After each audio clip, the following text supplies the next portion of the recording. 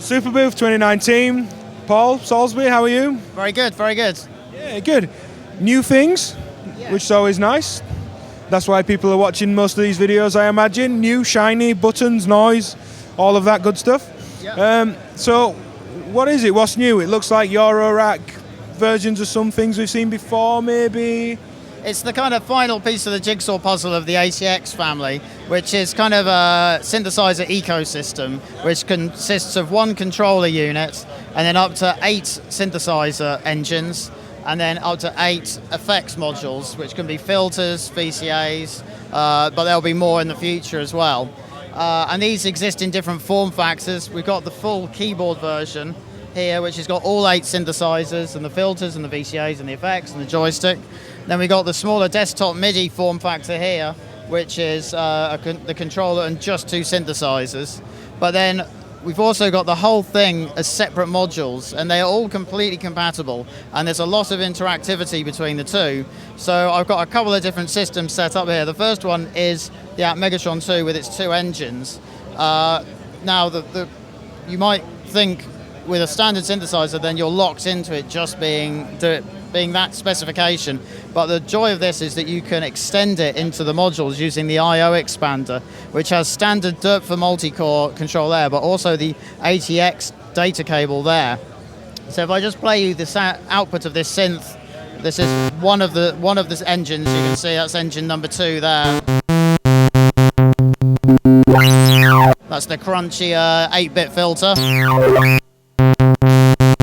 So that's the raw synth. I'll turn that down, and now I'll show you with the expansion how it's now going through the filters and the VCA. You see, that's the analog filter there. That's a multi-mode filter. There's 8 different types: 2 low pass, 2 high pass, 4 band pass, with different resonance characteristics as well. High pass. Oh. Band pass, another band pass.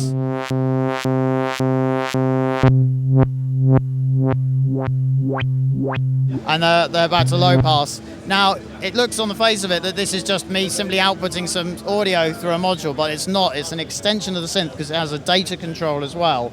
So if I can control that filter entirely from my controller here. So if I can control that, for instance, the cutoff frequency here.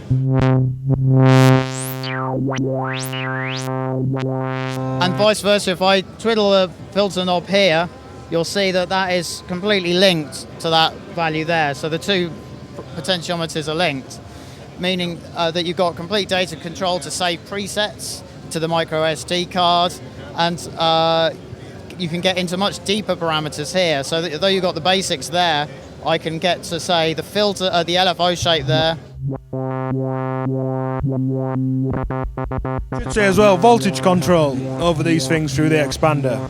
Yes, so at the moment the voltage control, we have 4 voltage controls with by default.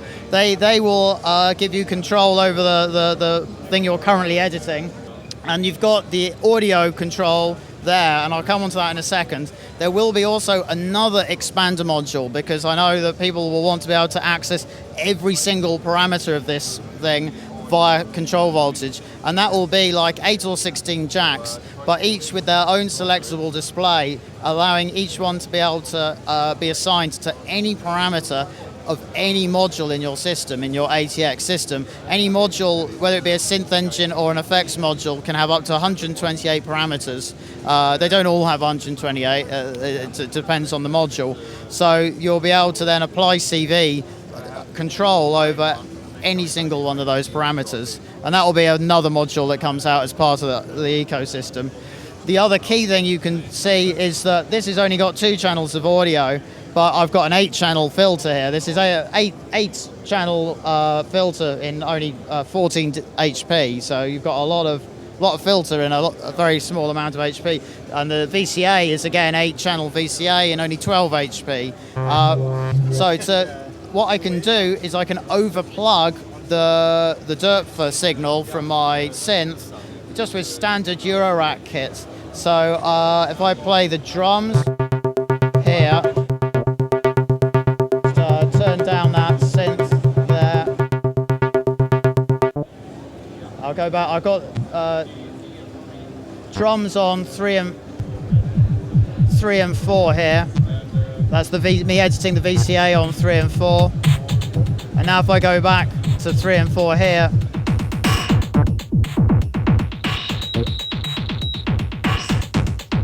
they're just coming from those Osci drums there. So just standard Eurorack output there, coming across, overplugging the multi-core input there, allowing me to integrate. And of course I can apply the LFOs to that.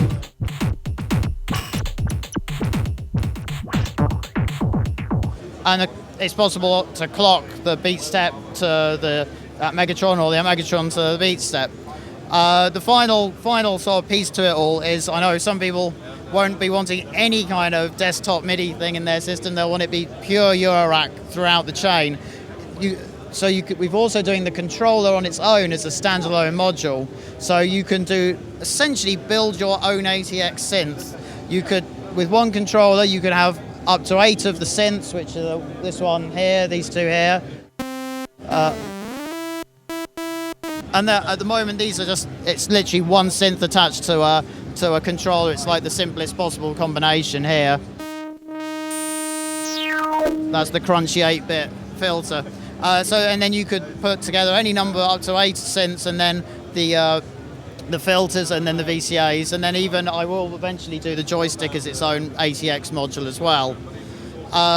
And it's really the starting point of the ecosystem. The idea is, I like the idea that people will be able to expand the desktop and the keyboard products, or do stuff entirely in Eurorack form, and essentially create a custom synth where you've got digital control over every single property in the system, allowing for presets to be saved, and just all stuff that makes life... Things that digital is very good at. Exactly, the digital kind of thing. Yeah.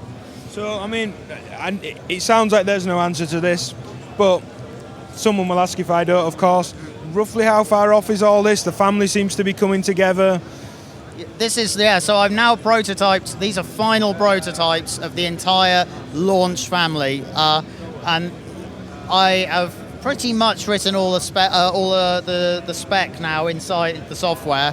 Now we're looking at a couple more features left, and then debugging, beta testing, and then setting up a short production run for the initial launch, which sounds like only 3 jobs, but they're 3 absolutely massive jobs. So yes, yeah. So I'm just going to keep pushing for the end of this summer as a launch, hopefully a launch, but we will see. Do you have any rough price in mind?